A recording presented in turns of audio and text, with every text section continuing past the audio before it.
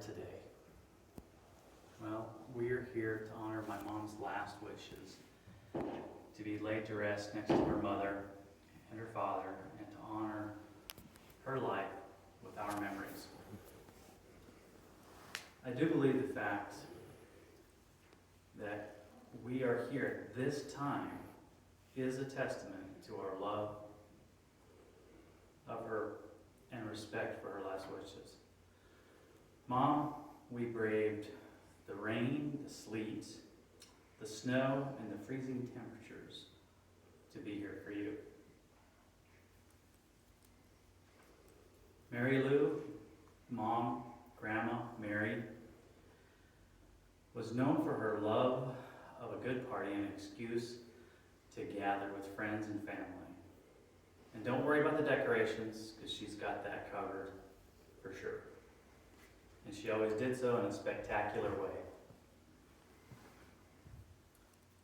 Mom was loved by her family, and I don't just mean her relatives. She had friendships in San Antonio that were her local family. When Mom got sick, I wanted to contact her friends and let them know that she was in the hospital. And what I found out was that she had deep and loving relationships with many of the people that she worked with that extended outside of work and even after the factory was closed down. They too are grieving their loss of their dear friend Mary, as we are grieving the loss of a sister, an aunt, cousin, mother, and grandmother. The Bible tells us that even though we are grieving, we should not be troubled. In John 14:3 reads, "Do not let your hearts be troubled. You believe in God, believe also in me. My Father's house has many rooms. If that were not so, I would have told you so. Would I have not told you that I am going there to prepare a place for you? And if I go and prepare a place for you, I will come back and take you to be with me, that you also may be where I am. You know the way to the place where I'm going." Mom didn't always go to church, but she did believe in God, and she did believe in Jesus. And this gives me solace at this time that she has passed into the arms of Jesus and has many places for her to decorate in God's new home.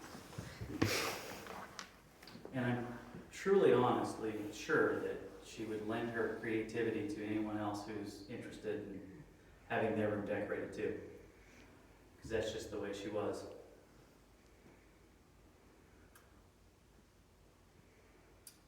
At this time, I'd like to transition into a time of sharing our memories of her. And I believe Jonah wants to do a poem, and then I'll get up and start our stories.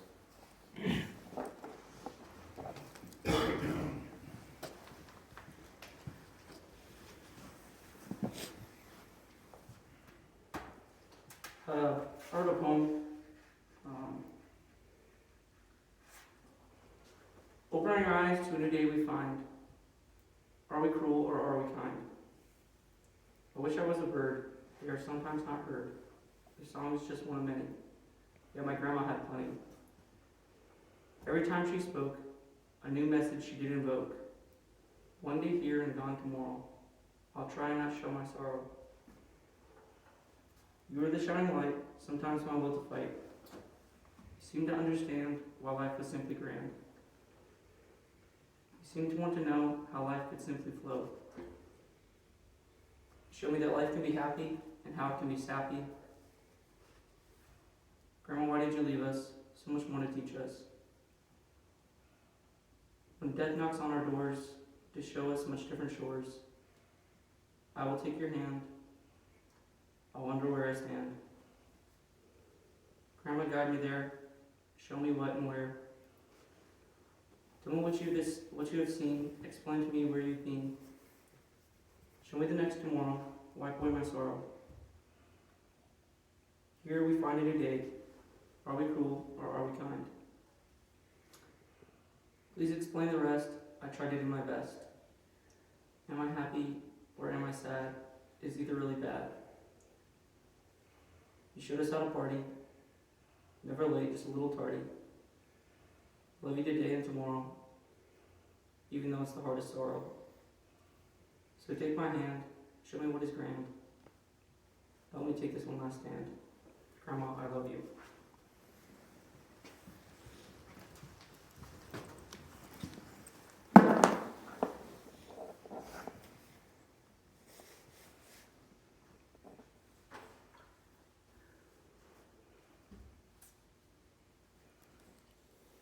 Some of my earliest memories that I'd like to look back on with my mom were her love of holidays. One in particular was when we were younger, she had a Halloween surprise dinner for us. And she created an entire menu of different types of food, but the names on the menu didn't match what you thought they were. So one of the things I chose was spider webs and flies. Not quite sure what I was going to get, but it turned out that it was spaghetti and meatballs. And that was just her creativity coming out, and she just loved to do those things, and I always look back on that fondly. And then when I was in high school, I had this big paper that was due, and it had to be MLA format, and it had to be typed, and I had taken typing class, and I had a typewriter, and I was doing pretty good, and I got halfway through it, and it was probably 10, 11 o'clock, and I was never going to make it done because I was starting to get brain dead and make more mistakes than I was actually doing correct work. So she said, don't worry about it, go to bed, I'll go ahead and type up some, and in the morning you can finish.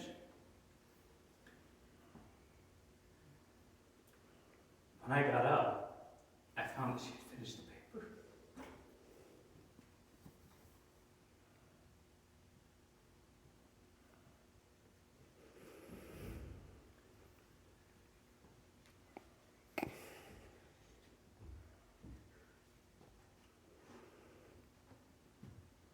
And it was neat because she didn't type. So she would back up the typewriter.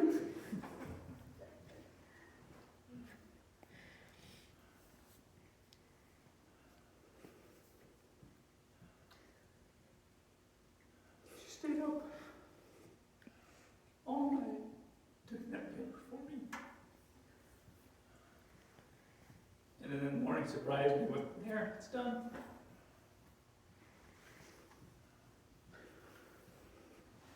But that's the person she was.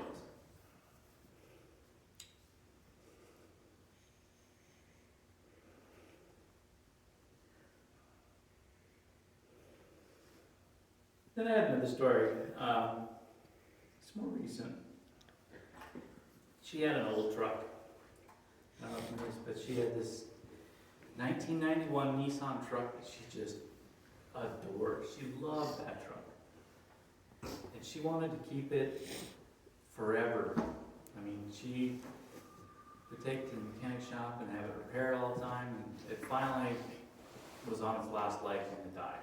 I said, well, Mom, we need to get you a new car.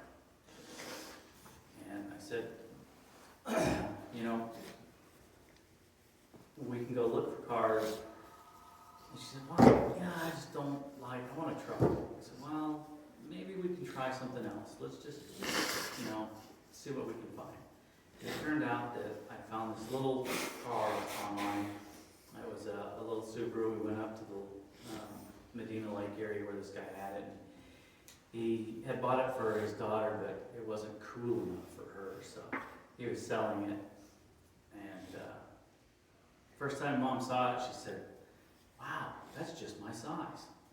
You know, she just loved that it was small and compact, and it was kind of like her truck. She could stick things in it and didn't have to worry about it being in the rain or out in the weather. Then when we got in it and we took it for a test drive, she said, "I like this. This seat fits because I don't even have to reach for the pedals." Her short legs, you know, that was always a concern. And then we got it out on the road. She was laughing like a little schoolgirl at Christmas, you know. It's like, "This thing's got a lot of pep. I like this. It fits good." And it was just fun to see that childlike fun in her eyes, you know. Because I didn't think I'd ever find a car that would replace that crazy little truck of hers. But she did like that.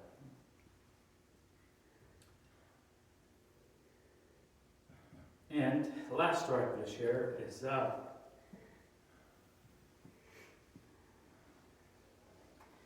we didn't always get along, but that's normal in relationships. Sometimes you argue, sometimes you fight, and sometimes you make up. I always knew when Mom was ready to make up, though, because she'd say, "Hey, how do you feel about me coming over and making some clue?"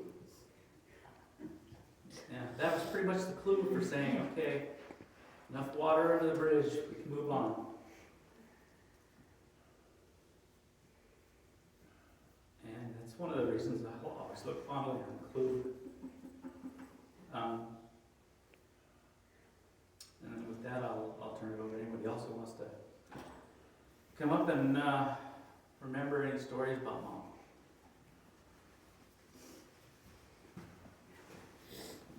I have one short thing to say.